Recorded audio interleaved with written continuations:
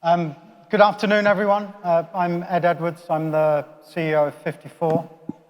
It genuinely is a pleasure to be here today. I think what we heard this morning with so many familiar faces in the audience, but for a very different positioning. We work, like Jed said, with many governments all over the world, but it's very rare that you get governments, owners, private stakeholders all in the same room. So it's such a massive opportunity, and I hope that we can all embrace it. And this is the start of something pretty special to turn Vietnam into the newest, most sustainable golf destination in the world. I'm equally thrilled to introduce the panelists today. We have a mix of golf industry professionals, of business professionals, some that don't need introduction, but I am going to try and give you a quick overview and introduction of each. We have Warap Panit Ruang.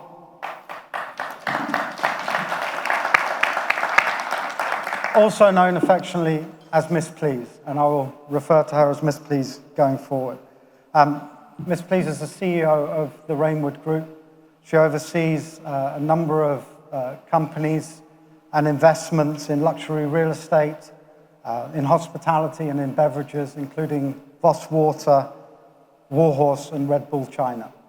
Additionally, she sees a development of 800 acres in North Bangkok, as well as assets across Asia, Europe, the UK, and the US, including some of the most globally iconic assets, like the Wentworth Club, the Four Seasons in Tower Bridge, Robins Wood in Thailand, and Pine Valley Club in China.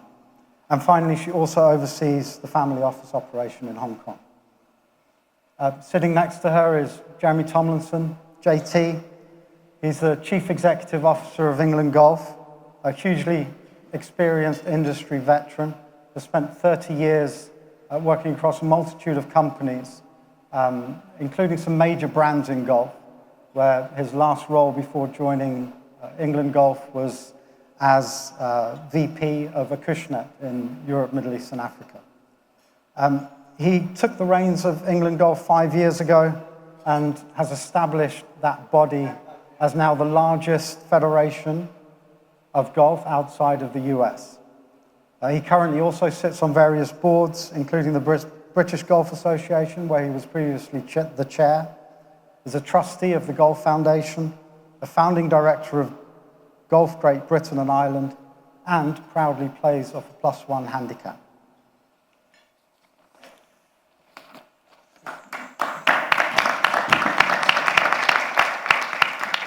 Don't play golf with JT unless he's your partner, just a tip. We have Rahul Singh, the Senior Vice President and Head of International Series at Live Golf and the Asian Tour. Rahul's been the driving force behind the International Series. He's led the strategic vision, global expansion, and operational execution of the series, delivering a new era of elite golf access across Asia, the Middle East, Africa, and beyond. Rahul also oversees the planning and delivery of the transformative Live Golf Promotions event, which allows people the opportunity to qualify for Live Golf.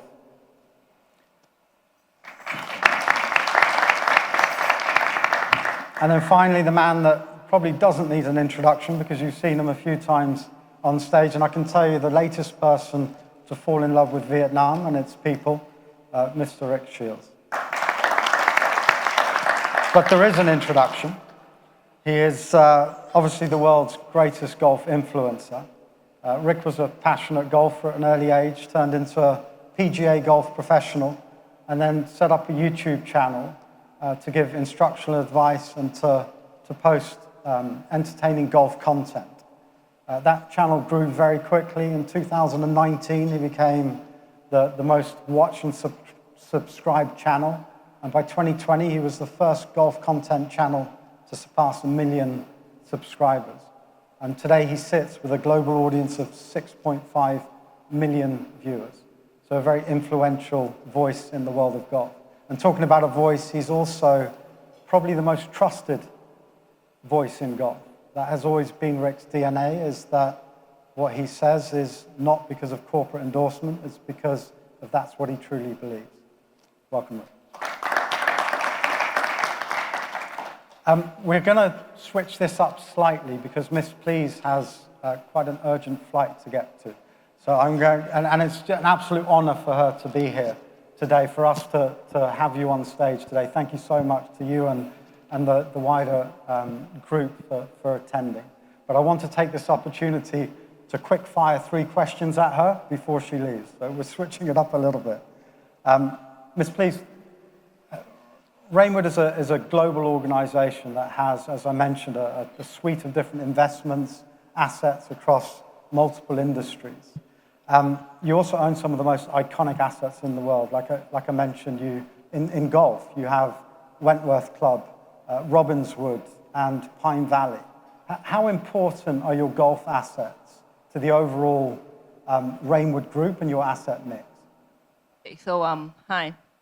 Xin chào. I'm trying to look at my script, what it means in Vietnamese. Tôi tên là Please đến từ Thailand. So it's great to be here in Vietnam, my first time in Vietnam.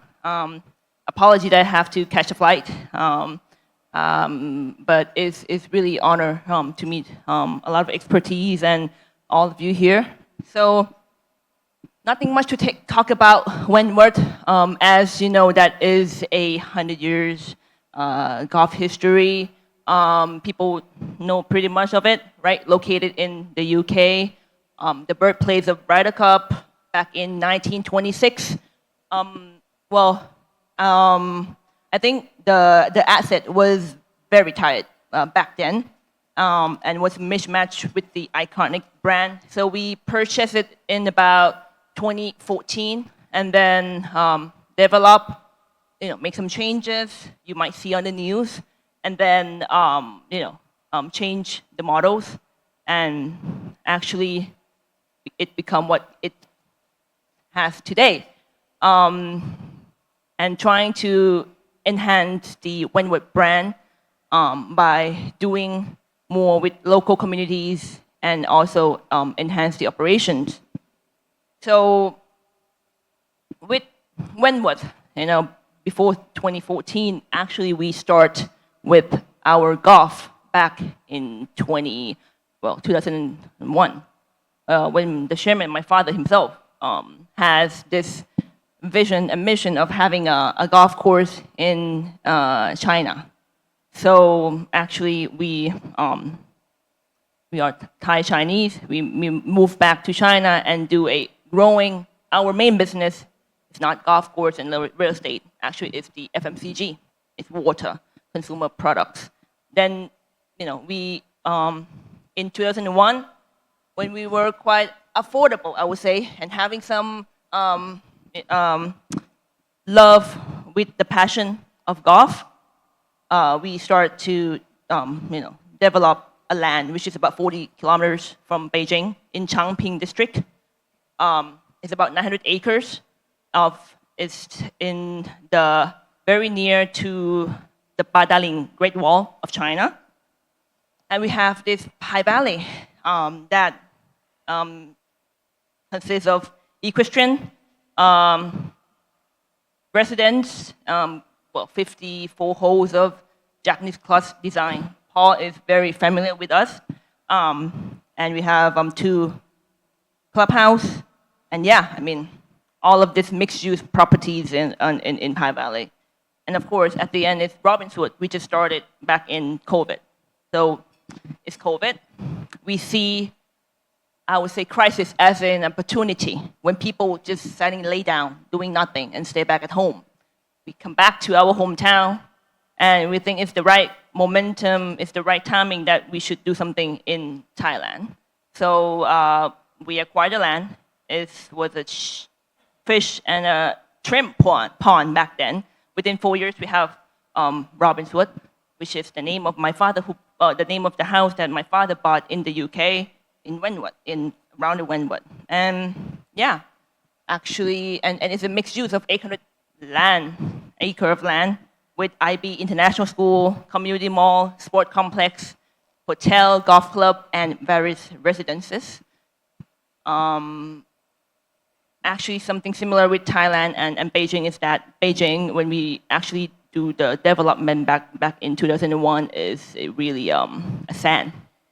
It's like a sand of land. In Thailand, it's a shrimp and a fish pond. So my dad always say, what does golf stand for? Green, oxygen, light means sunshine, and friendship. So it is the sport that is close to nature, while it is challenging. We have the principle for the green sector, which is the golf course belongs to, because we have red, green, blue, and sector in our Rainwood group. And he say that healthy living, leading the trends. This is something that we have been doing for the past more than 20 years. And we realized that the landscape with private house around the golf course is the best model, which we realized when we bought Wynwood. And this model has been started back in 1922.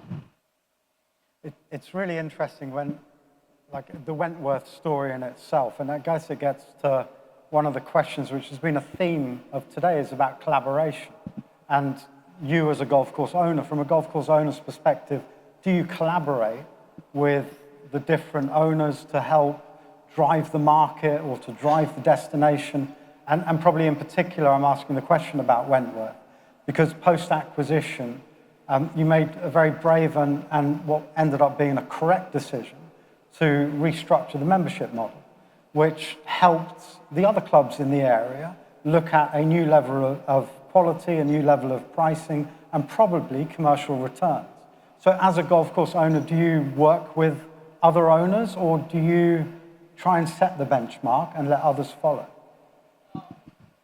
We actually, when we develop, we're working with local community, industrial key stakeholders, government officials, and association committee around the area. Wentworth is a very typical example. We have road committee, we have residence committee, and so on. So it is something that, you know, it's challenging, but you put yourself thinking in a positive way that it's fun and excited. Every time you get a chance, every time you see the members, you always hear a feedback from them. And that is driving us to improve our standard of service and operation. So when you mentioned, about Wentworth, it's been up and down in many years ago. And I think that it's important that we realize the importance of the brand itself. Apology that I have to look at my script a bit, but it's when you talk about Wentworth and talk about the reform that we have made, is the key thing is that what I just mentioned before is working with various parties, and of course, you know, we were leading golf course development also in China. My father is the first chairman of Asia Golf Owner Association in Thailand. So we work, you know, in Thailand we work with Ministry of Sports. European tour is on Wentworth Club land, as close as neighbor. Because our position globally, we know a lot of golf club owners. We always exchanging latest information and technology to keep update on latest trend. However, we don't really do reciprocal, you know, with other clubs. We believe that exclusivity and privilege for our members. But we have this, what we call Members Cup, or we have Friendship Cup, which is hosted with Robbinswood, the Thailand, with Hoi An Choi in Vietnam just last month. We have Wentworth team go to play at TPC Sawgrass in the state. And in Pai Valley, we have, you know, Friendship Cup with the Mission Hill Shenzhen. So, you know, I think that we support on building wider golf community. By our networking globally, we help our members to accessing other top clubs. So I guess your question related to So I mean, I guess your question is related to how do we make this 3 golf club as across the concept. So right now, Wentworth is our top tier. Let's put it at Hermes as a fashion, comparing to fashion brand. Pi Valley, Beijing should be LV, Louis Vuitton. And the last one, Robinswood, is in the younger era. So I would maybe, don't get me to be exact, I'm thinking of the brand right now. If a fashion brand, it should be Prada. So this is where we are heading to on this three golf clubs. I'm looking forward to seeing Prada on Friday, and I've been to Hermes many times, and I think it doesn't sound like my idea of fun, dealing with lots of members' organizations, so I know that that's always challenging, but what often helps is when you invest so heavily, like Rainwood have done, and most recently with what you've done with that incredible academy, what you're going to do with the health club. I think to go back to members, to show that investment, often creates that greater collaboration. So well done with that. But I am looking forward to seeing Robinswood because I've heard so much about it. Final question before we let you run away. Events. We heard a lot about events from panel guests. What is the power of the event to a place like Wentworth that has had the BMW for the last 40 years, I believe? What are the benefits to an ownership group? How do you capitalize on the eyeballs that the property gets? Is it a worthwhile investment? Because I know there's a lot of disruption. Is that event really, truly valuable? And I know that you did icons recently at Robinswood. Oh, yeah. So actually with partnership, as it's, first of all, it's brand awareness and enhancement on our operation and service industry. And at the same time, cross-selling our products in different sectors because we are very diversifying. So with Wentworth, we work together with the DP World and BMW. So we have been with them more than 10 years on our BMW Championship host every September. And European Tour, as I just mentioned, is our close neighbor. So that gives us definitely an impact on the brand awareness. We have 25,000 spectators per day globally on that BMW Championship. And it creates a massive brand awareness globally. And not only just brand awareness, when I talk about operation efficiency, I always tell my team that the importance of golf is not just only the brand and reputation, but you have to be hands-on with service and the operation. Learn a lot from your partners, which is the DP World and what we have with the icons, which I will talk later more about. But speak less, listen more, react less, observe more. That is always what I say to my operation team, that when I bring in the third party, our partnership, you observe them, you learn from them. This is the best experience you can get. This is the best opportunity you can get. You can speed up your self-assessment. You know, you have, the group is bringing all the professional and expertise. Learn from them.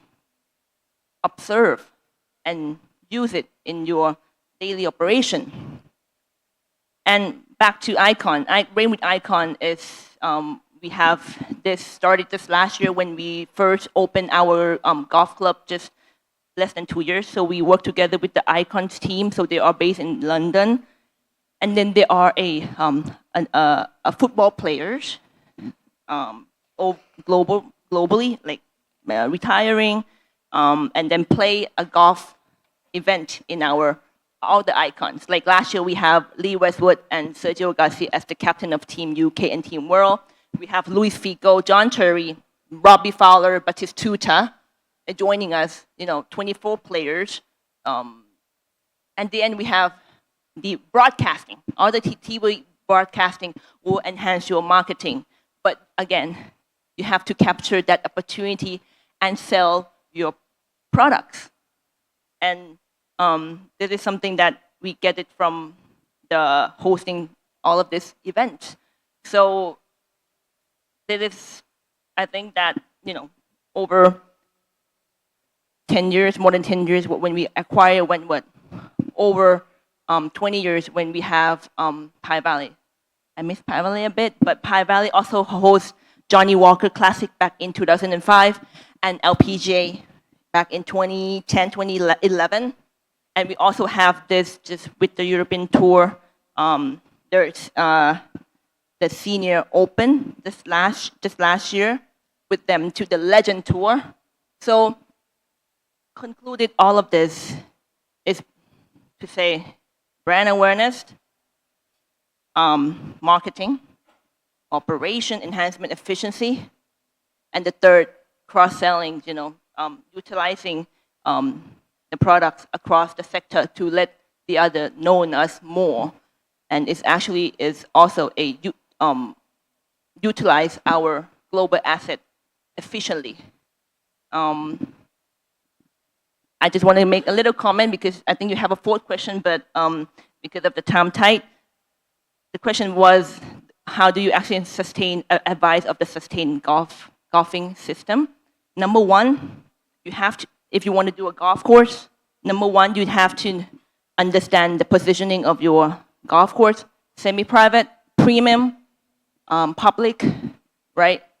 Then along with that, it linked with capitalize your model, your robust and solid model. How much you will invest, how long will you invest, and what do you get the return? You have to capitalize that. And I think third is utilize the partnership larger, 1 + 1, more than 2. And the last, before I go to, after you capitalize, you also have to understand the regulation and the taxation of that country. So not just invest in it, but you have to have a very good planning, especially with legals and taxation. And the last part, number 4, actually I like to talk 1, 2, 3, but this one I have to have number 4 advice, is that understanding the local culture, understanding and respecting the local culture while implementing international standards. Meaning that when I just met with one of the Wentworth member play at Robbinswood, Thailand, he asked me, who is your target members, customers? Is it mainly Thai or international? I immediately say international, because if I only target Thai, international won't come. But if I target international, Thai will be here. So my last advice is that it's important that every country you go, you have different cultures, you have to respect, you have to understand. It would take some time, but you have to prove it right that, if you want to be success, timing is very, very critical. Sometimes you cannot be too fast, but you also cannot be slow. But because the commercial return is there, right? You need to get return from your investment. So I just want to wrap up. That is my 4 advice for sustainable golf, doing a golf ecosystem globally from my past experience. Thank you. And you have a lot of experience. Thank you. Thank you. Another big hand for Miss Please for joining us. Thank you.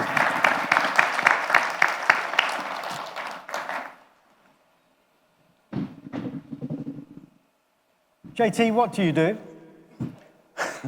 JT is CEO of England Golf, one of the most forward-thinking people in our profession. But it'd be really interesting just to share with the group, what does England Golf do, what's your strategy, and what does success look like? Thanks, Ed. And hello, everybody. A big thank you to Jed, yourself, to Ben, the VGA for inviting me along and asking me for some comments and potentially some advices from myself and organization. So what does England Golf do? Well, we are the governing body for amateur golf in England. And within that, that means that we get to govern, we don't regulate. So we govern by contract throughout our membership and our stakeholders. Our membership consists of 730,000 members of golf clubs, 1,735 golf clubs. And on top of that, we have a further getting on for 75,000 iGolfers, which I can talk about a little bit about later. With regards to strategy, we recently launched our latest strategy earlier on this year. Our strategy is called Let's Inspire More Golfers. The lifeblood that runs through it is a movement that we started back in 23 called Respecting Golf. You might see that on my lapel. It was something that we really felt that we needed throughout golf to be able to unify anybody and everybody that we spoke with. It's something where we feel that anybody who plays the game is a member, is a visitor, is a volunteer, is a member, that they are noticed and they are respected and they feel that they can come and play our game, and it is a game of inclusion.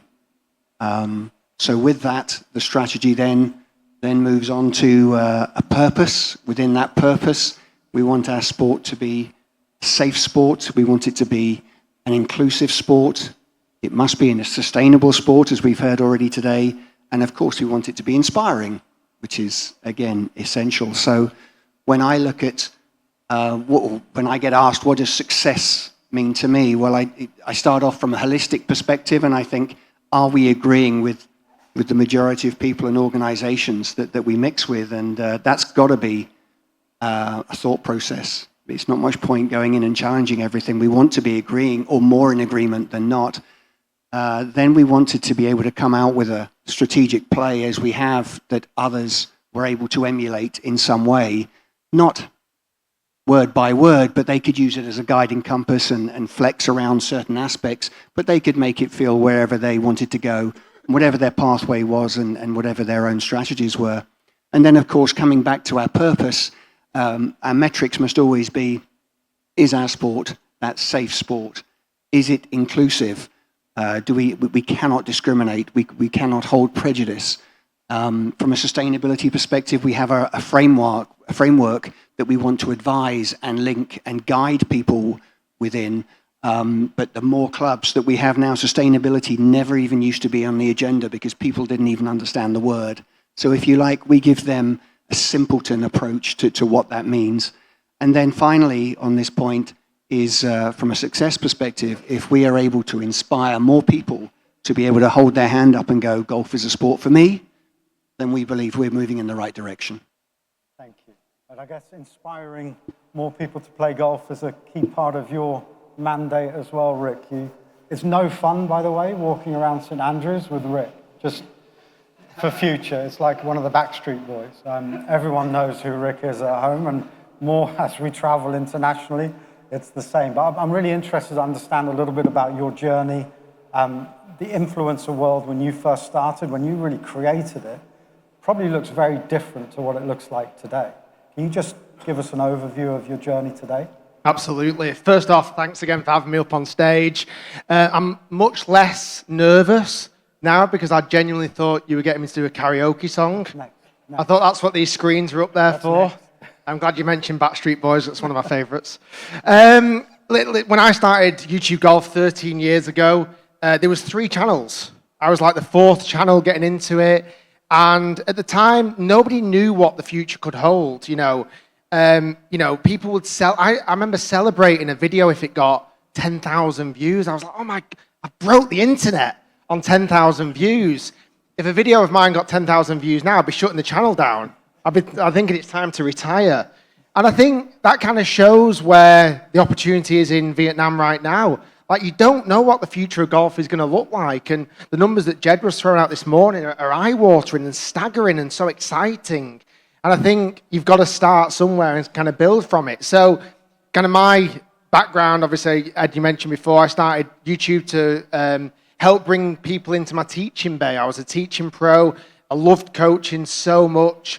And then kind of saw the opportunities of entertainment, traveling the world, going playing amazing golf courses, getting the opportunity to play with amazing players, and kind of just had fun with it. You know, I've really enjoyed the journey. I've now done 2,500 videos on my main channel. I've got 3 YouTube channels. My Facebook page does incredibly well. And, you know, just actually everything together on YouTube, we've just overtaken 1 billion views on YouTube. And thinking, again, how we used to celebrate 10,000 views is mind-blowing that we're up to 1 billion now. One quick story, though, while he's up on stage. JT did actually stitch me up in one of my videos. I went to Woodall Spa, super excited to play it. I've heard how great this golf course is, right?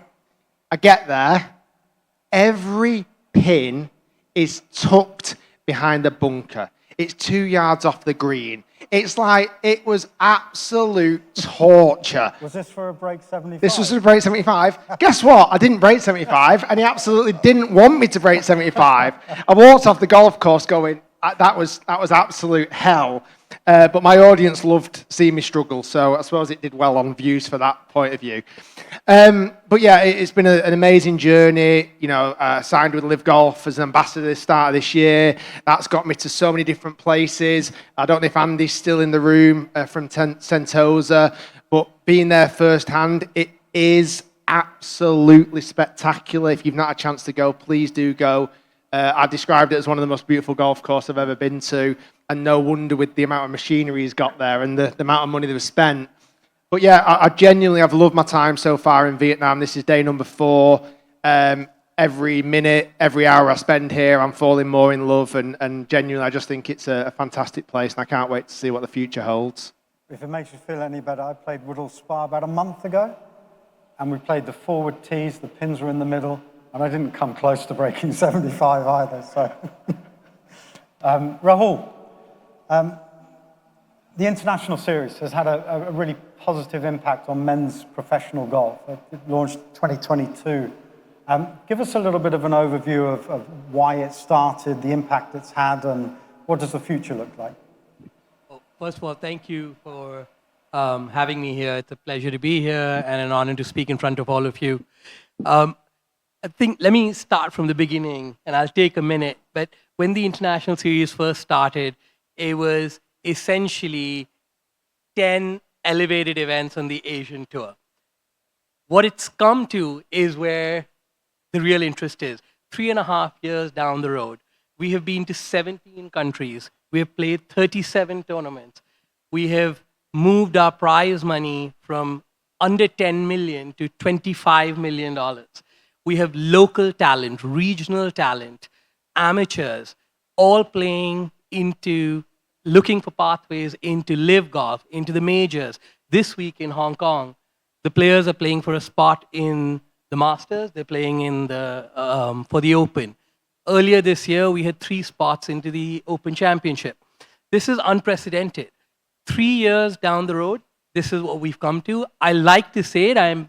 Forgive me for being maybe a little bit braggadocio, but I think we're one of the fastest growing men's professional circuits in the world today. And even as we continue our sort of path forward, we're looking to grow into Asia, the Middle East, North Africa. We've played in Europe and in the United Kingdom, and we continue to look to expand. We're not going to stop at 10 tournaments. This is just the beginning. The next few years will see us expand in this region dramatically, because this is where home is for us, but also into the West. And we look forward to doing that and to creating more opportunities for players, partners, and golf courses to work with us. Thank you. Today's theme, we've mentioned it a few times, is quite heavily reliant on collaboration. The success of whatever the future of the Vietnam golf industry is going to be will require people to come together. I'd be interested to hear of your experiences where collaboration has particularly worked, or sometimes where it might be quite challenging. JT, from your perspective, you work at one of the most traditional, the oldest federations in the world. And I know you're laughing because I know how your mind works and how you've changed it so drastically in the last 5 years. But you don't do that on your own. You don't do that without collaborating and getting buy-in from the right parties. I'd just be interested to understand how you've done that, and probably in particular, how you've shared some of your best practice in governance and proof points that you've delivered in England Golf, outside of England Golf, and with wider peer groups for the benefit of the industry. And how do we raise the industry together so that we don't all look at individual success? All ships rise. Wow, there's a lot in there, Ed. There were quite a few questions, sorry about that. Firstly, I'd just like to apologise. I omitted to say thank you, Dandeli, for inviting me as part of the team, so apologies there. Okay, back to the question. Well, no, not at all. But I must admit, when Rick came in, he was not a happy camper. That was so I do apologize, but I will apologise. Sorry. Okay. The question, I've got to think of what I'm going to say now. Right. Okay. So back to something that's really, really important. Of course, collaboration, and it is a theme. It's just imperative. There's no two ways about that. But as we then lost my track then. So collaboration. From our perspective, there were so many different areas and different parts of good governance that have prevailed, and it led us to a question of, what is governance? What is good governance? And what I'd like to bring it back to is an integrity level for our sport. Because without integrity, you don't have golf. So it is imperative from that good governance perspective to have that, and also to have that level of transparency in anything and everything that you do. Because I truly believe, and we as England Golf truly believe, that the golf is a hero sport. And what I mean from a hero sport is that it is about safety, it is about inclusion, it's about equity, but it is also about an incredible economic impact. It's about making jobs, it's about taxation revenues, it is about profitability, it's about all of us in the room, but it starts with golf, and we have to be able to nail that.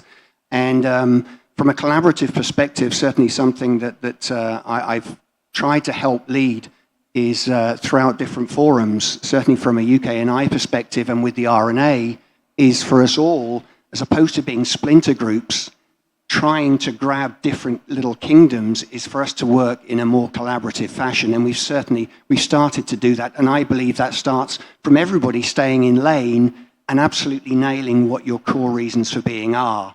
And if you can do that, it's amazing how people then warm to you and go, that's great, I don't feel threatened by you. I can actually see you as a complement to the skills and experience that I bring. What I then did was party to at the beginning of last year, was from a GB&I perspective. We felt that it was imperative that we work together closely. So with the other CEOs of Scotland, Ireland, and Wales, we decided to form Golf GB&I, and we did that because we wanted to work across initiatives and subject matter, and we wanted to be able to provide a consistency. And this could be a good comparable for this part of the world, because we wanted to try and provide a consistency level with a whole raft of subject matters that we worked upon, but we wanted to be able to do it in such a way that we also had a cultural appreciation, because not everybody does it the same. And like I said, it's having this guiding light, but having flex within it with regards to how you present and promote it. So for me, that's probably been the best thing that we've been able to come up with. And probably testament to you being here today and joining us on this trip and sharing those insights with this room and the discussions you've had with VGA. You have a lot of the materials that can be adapted to benefit a fast-growing destination like Vietnam. Absolutely, and it doesn't have to be a definitive way, but it is good to have a guiding light and to go, that's the general direction. Now, how do I approach this in the most culturally appropriate way? And a similar topic, Rahul, with a schedule or an event for the international series, you need a lot of different parties to come to the table, from governments to private investors to sponsors to host venues. How do you approach that? How do you choose a destination? And then what is the secret sauce? And are there some examples where you go, that was a great event because you got the right parties together, it drove maximum impact, eyeballs, economic return? Just explain a little bit about that collaboration. I'll take the word collaboration one step further, Ed, and it's a shared vision. You have to have governments, sponsors, golf courses, destination, all come together to have a really successful tournament. They have to believe in the same thing, and they have to fundamentally agree that this is where they want to get to. I'll give you two examples that we've been through in 2025. The most successful of them being last week in the Philippines, where we had the International Series Philippines presented by Bingo Plus. This was the inaugural tournament in the Philippines. The Philippines in the past has been, has had a lot of golf history, but then it's kind of fallen off the map. And then now they've taken a conscious decision to come back. What initially started as a conversation just with a partner turned into massive conversations with multiple legs of the government, which included tourism, PAGCOR, which is their gaming commission, with the Department of, there's just so many different ones, their trade. They all came together fundamentally working towards the success of this tournament, because what they realized was that it was not just showcasing a tournament, but it was showcasing a country.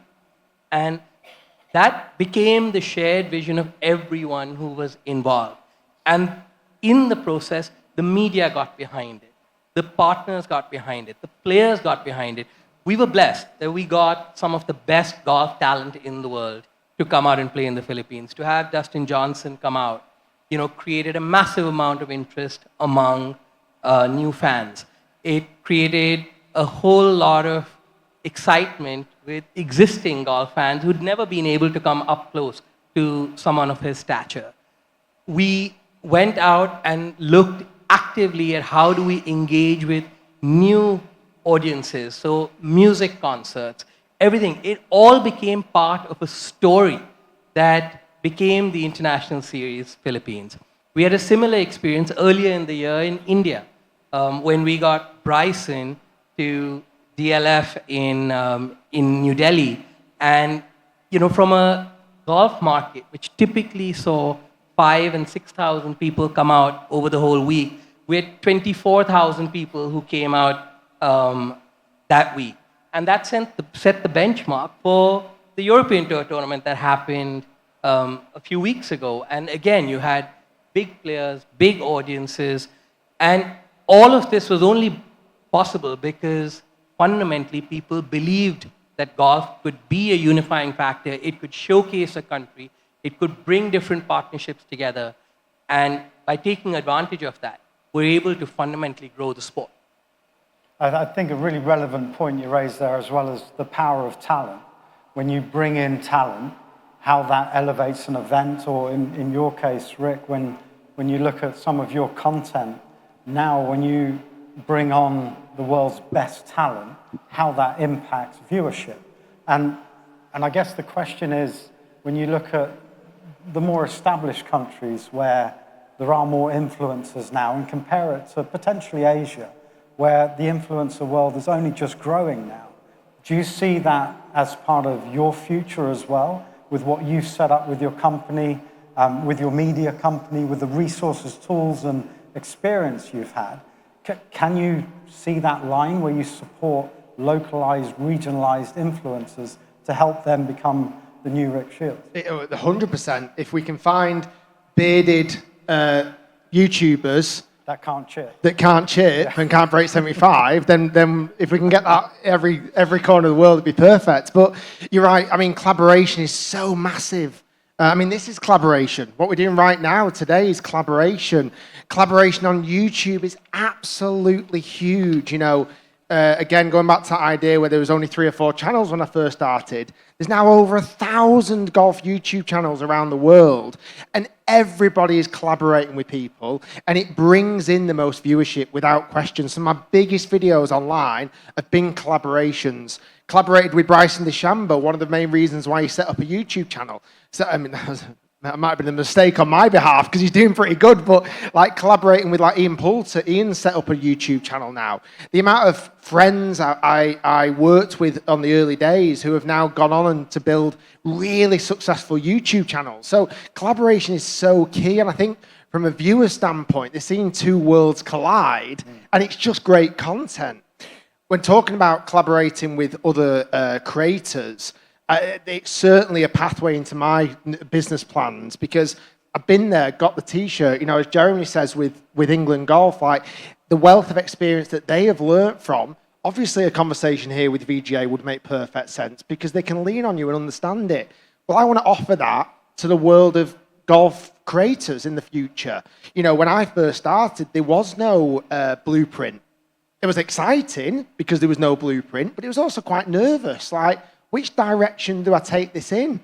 Where I've kind of got the bruises and the cuts and I've gone down the wrong paths many a times. And it's like, okay, well, that guidance now, I feel like as I get called the OG of golf YouTube, I sometimes feel like the granddad of golf YouTube. Like, I'm in the position where I can give that advice and I can take creators under my wing. And if it's local creators here in Vietnam or in other parts of the world, yes, I've got a media business that we've got 12 members of staff full time. Like we can already start to create content for other creators, and it could be a one-stop shop to be able to create the best possible content. So yeah, it's something I'm really excited about. You know, I sat down with Ian Poulter actually, ironically again at Sentosa early in the year, and he said, you know, I'm looking at setting up a YouTube channel, and within 10 minutes I wrote him 120 video ideas. Because I'm like, God, if I was Ian Poulter, what would I do? And the possibilities are huge. You know, if I was a creator in Australia, I was chatting to someone before about, there's a guy called Ron Chopper in Australia who's fantastic. He's only got a mustache. He's not got a beard, so I can't sign him up, unfortunately. But, you know, someone like that, what could I do in Australia? Like, we were talking about Club Car before in Hamilton Island. I was over there in 2014. That's one of the greatest places I've ever been in my life. But it's not somewhere I can visit all the time. But again, if you're a creator here in Vietnam or different parts of the world, what content could you create? Oh, it's unlimited almost. And I genuinely, I'm really passionate about collaborations, as you can tell. And I do really think it opens up so many doors and so many different pathways. And like I say, the amount of collaborations that happen in this room this week have been already incredible. And you played with some influencers during your time in Vietnam? I did. I played with two at Ho Tram, two female creators, Hao Tim and Ni, and they were fantastic. Really, really good. You know, learning and understanding. And what I loved about their energy, they were also, what's the right word? They were very inquisitive. They were asking me lots of questions and learning and what cameras are you using, how do you shoot that, and what audio are you using. And again, I'm like, I get excited because I got to teach someone it again. I'm like, well, this is what we do, and I'm like, this is great. Like, it reminds you of, oh God, yeah, I forgot. I do this naturally. But it's nice then to teach those skills onto someone else, and hopefully they continue to have great careers. And it will probably also be something which I think is often overlooked, but the premier cog in the success of our industry, and that's the creation of demand. How do you bring that bottom of the pyramid in? How do you bring new golfers in? And that is through new talent that is helping share our game. And JT, you do a lot around demand drivers with England Golf. I'd be quite interested to understand some of your strategies on how you attract both the traditional golfer and what we see now more often, the non-traditional golfer. Can I just say how impressive it is listening to you, Rick, by the way. I think you are taking the influencer dimension, you're just taking it to stratospheric dimensions, and to hear you talk and how you can influence different people around the world, I just think it's going to be great to watch you continually evolve and the energy and passion that you put into that. So I just wanted to say that. I appreciate it. I feel like we almost need to create a board just in YouTube golf. Like, a bit like what England Golf has done. Like, there needs to be some sort of board because we've learned so much over the time, and it needs to be spread as much as possible. It really does, and it can be done. can't it? Just like you said, you were thinking about what you might be able to say for Ian Poulter. I bet that's the first time he's had that said to him, but there we go. Okay, so with regards to strategies and things and tools that I have been able to bring in and implement, and certainly that there are many, many detailed ones, but if I was going to go from, again, a more of a holistic and simple approach, I think probably the most powerful ones are certainly start with a commonality of message, something that people can readily understand. And I come back to respecting golf. If you pick something as a bench that nobody in their right mind would argue with, they'll back it. And they'll sit in a room with you and back it.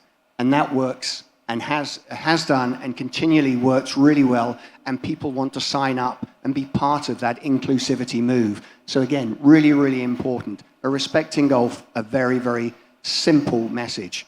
Next up, I would say technology, as we're just talking about. Technology with regard to our outreach and our connectivity with golfers. When I took over England Golf, we literally had a database, which was a dirty database. We didn't really know whether it was alive or not, of 25,000 people. That was it. We now have the opportunity to reach out to 800,000. And we've done that through utilization of technology. We have an iPlay app. iPlay is an FOC app that reaches out to people who are just leisure and recreational golfers. They might play a short course, they might just go to the driving range, or they might go to simulator golf. But it gives them an average score indicator. We then have iGolf. I was looked upon like a madman when I first came into England Golf and wanted to launch this opportunity for golfers who weren't members of golf clubs to have a handicap. But we launched it, and you know what? All of that fell away, and people think it's a fantastic thing. So we now have iGolf, and that we have a potential audience of over 2 million, but we're sort of getting close to 75,000 now. And we then have the MyEG app, which is the app that is there for members. We try to be progressive, we try to use tech, but again, a very, very simple message with regards to where we want to reach out to. So from that perspective, they would actually probably be my main two. Let's just keep it at that. And I know you'll come to it later, but the iGolf story is a really interesting one because you got a lot of backlash when you first tried to launch that because people saw that as a negative for club membership. But actually, it's been the opposite. People have moved into joining clubs over and above the revenue that it generates for England Golf that can then be reinvested back into grassroots golf. It was you spoke earlier about coming from a mature market. We're over 100 years old. Obviously, I'm sure everybody in the room knows how long golf has been played for in the UK. But it was like the crown jewels were going to be taken. Everything, the world of golf club membership was going to fall apart. Everybody was going to want to give up their memberships just to be able to join iGolf. They were seriously the things that I had thrown at us. But it's like anything. People worry about things. They worry about making a decision. But we're human beings. Once we make a decision and we have a progressive way forward, it then materializes. We now have so many of those people standing up and supporting it. And so many golf clubs, of course, have utilized iGolfers for their waiting lists. Yeah, great. They have ready-made golfers, ready-made members that can come in and are more experienced than they had been before. That's a great initiative. Rahul, some would say you have a responsibility with bringing events to not only create that pathway for the best golfers in the world, but also leave a legacy in the destinations that you're going to. What are some of the initiatives you do with the International Series to make sure that it isn't just 4 days of great events and then you're out of town and you might come back next year? That's a good question because that's critical to what the series stands for. We're all about engaging with our local countries that we go to and the local destinations we go to. We're very focused on ensuring that our field criteria brings in local talent, amateurs, and regional talent from the golf clubs and the associations into our fields so that they can play alongside the giants of golf.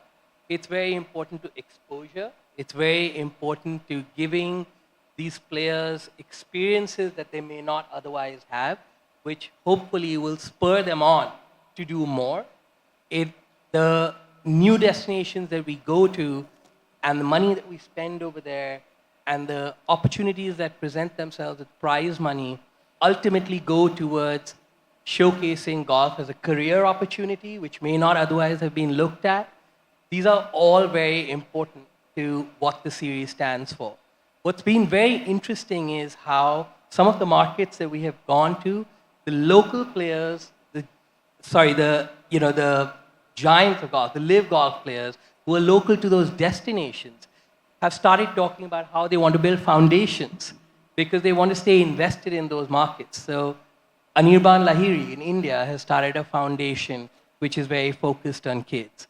Bryson talked about bringing something back to India because he enjoyed his time so much there. Miguel, who won last week in the Philippines, has made it one of his stated intents to grow the game within the Philippines. This is absolutely critical to the growth of the game. We depend extensively on the talent that talks about their experiences, but we also lean very hard on the likes of Rick, the likes of our associations, to talk about why the series is important. And I promise, Rick, I will do a duet with you if you come to one of my tournaments. Can we get a commitment today, Rick? Do you not want to hear me sing? I promise you. And I know it's very important to you as well, Rick, utilising your voice, your channels, your audience, not just to speak to golfers, but to try and grow the game. Are there any initiatives that you're launching to try and attract the non-golfer into the game? And then what advice would you have for a nation like Vietnam that the creation of demand is going to be essential to its overall success? Absolutely. There's a couple of things I'm working on at the moment. I've got 3 kids. They're now 11, 9, and 7. And it embarrasses me that I've struggled to really get them into golf. And they can get into other sports so easily. In the UK, they can get into football, swimming, ballet, cricket, anything, so easily. But I feel like golfers kind of let it down a little bit. There's no safe space where they can learn and they can have fun and they can learn the foundations that set them up, which often non-golfing parents could take them. At the moment, certainly in the UK, there's lots of barriers, like actual physical barriers, and then also dress codes, weather, you need to be a member of a certain place, the price potentially. So one of the initiatives I'm setting up at the moment, we're setting up a kids program called Tot Shots. This is aimed between 3 years old and 7 years old. It's designed to attract not only kids of golfers, but kids of non-golfers. I don't know how kids get into golf if their parents or grandparents don't play. I've pretty much everyone probably in this room who got into golf probably got into it through a family member. But what happens if you don't have a family member that plays golf? So, I really want to attract this kind of non-golfer audience. Has my mic just turned up? I've not. No. All right. It feels a lot louder now. That means we're over time, by the way. All right. So for me, I want to set these really good initiatives up to get kids into golf, to give them the pathways, to get them to learn, to get them to have fun, so they become comfortable. Like they are comfortable at swimming at the age of 6, I want them to be comfortable at playing golf by the age of 6. So that's one initiative. Another one is a program, an app that I'm bringing out at the moment called Waggle. It's to help connect golfers who find it difficult to play with other people. They might work shifts or they might not know a lot of people. It's almost like a Tinder for golf, but without dating or the other elements of it. But you can you can set up a profile. You can say, listen, I'm based in Manchester. I support Manchester United. I'm this age, this, that, and the other. I'm available Tuesday mornings. I want to pay 20 quid for a green fee. Who else is up for it? And it connects those people together potentially to go and play golf. And there's also a lot of other benefits of that as well. So that could definitely help. I'm launching it in the moment in the UK. I want to launch it globally in the future. But I think as markets grow, golf is obviously huge in the UK and the USA, but as markets grow, I think you're probably going to have a sticking point where you'll have a lot of golf courses, but certainly for locals, they might not have a lot of people to play with. So something like Waggle, the app that I'm bringing out, I mean, we might call it Vaggle, the Vietnamese version of it. You know, that way people might be able to play golf together and, you know, get to enjoy this wonderful game that we all love. Brilliant. I know we're over time. Oh, there's a question from the audience.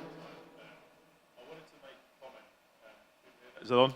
Here they go. Now we can. I wanted to make a comment, and maybe it's controversial, maybe it's challenging, and it relates to what Andy Johnston was saying, whose work is just outstanding. JT, I've worked with you long enough, and we know the gap when it comes to not collaborating, but lobbying government. Raoul, you know how hard it is to get governments engaged. I know from golf in Dubai, golf in Abu Dhabi, golf Saudi, Golf England, Golf in Vietnam, the Arab Golf Federation, how hard, how much time and energy it takes to lobby government successfully. Andy, you know how hard it's been to lobby the Singaporean government. The golf industry needs to lobby better. The golf industry needs to come together and showcase what the value is of this industry. And Rick, forget YouTube, you're one of golf's most successful entrepreneurs. The secret sauce that you could give this industry is helping us with that lobbying, so that people can understand the return on investment. The golf industry has been woeful in demonstrating the value it's responsible for bringing. This room alone, I reckon we've done 15 deals. Not 54, just as 15 deals being brokered. You go to professional golf events and the deals that take place in hospitality that never get accounted for. The word isn't cooperation or collaboration. We've got to find a better way to lobby. And thanks to the woman sitting next to me and the guy on the end of the table here, we've been able to do that with the Vietnam government. And they were receptive to the proposition because they saw the value, but they started to fear the decline and the plateauing of that value. So the comment to everyone here is the experiences of lobbying need to become part and parcel of what this collective group does. Otherwise, these high energy moments of coming together are great, but then they disappear tomorrow. Let's go. Let's go. It's motivational. Very, very well said, and invariably it is it across most nations. It certainly is in a different and mature way, certainly with how we deal with it. I think if I just throw a comment back on that, be very careful, everybody in the room, with regards to golf, just talking to golf. A lot of my problems have happened with regards to golf being treated in a marmite, as we would say in England, i.e. some people love golf and some people hate it. And invariably, that's because golf gets in its own bubble and thinks it's doing an incredible job promoting itself, and then it goes to people who are not golf people, and a lot of people within government invariably are, and they go, well, we don't care. You live in a bubble. It's an elitist, rich bubble. You're doing great. We don't have to worry about you. So from that perspective, I come back to collaboration, and for me, where I'm going right now, I'm collaborating more than I've ever done because I need people outside of golf to be telling people who are not golfers how good a game golf is. I come back to the word hero because of what it does, and certainly from an economic impact and the things that it can deliver there, because I need government to hear it in a different way. Sometimes it's the direct lobbying doesn't always help. This is fantastic for government to be in here. We're not in that situation, so we need other people to be telling the message. Same problems, just different ingredients. But you're absolutely right, Joe. Brilliant. Two things from me before we wrap up. The first, a massive thank you to all three of you and to Miss Please. I know you've come a long way to join us here, and your time is precious, so thank you from all of us for joining. And a big hand for the panel guests, and just before you clap, as we leave the stage, Rick is going to sing My Way. Please. Thank you. Thank you.